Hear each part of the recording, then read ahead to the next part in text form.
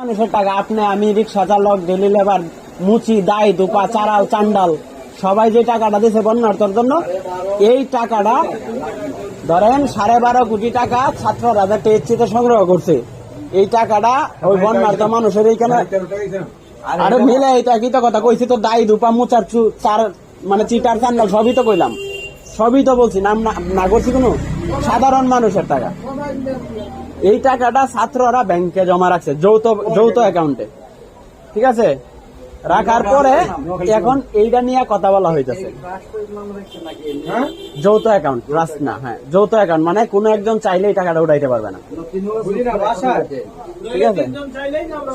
হ্যাঁ, না, 3 জনের পরে আবার কমিটি লাগবে 13 জনের। 3 জনের টাকা উঠানোর সময় আবার 13 জনের কমিটি লাগবে।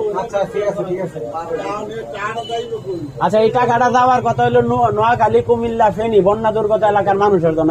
শেষ করি।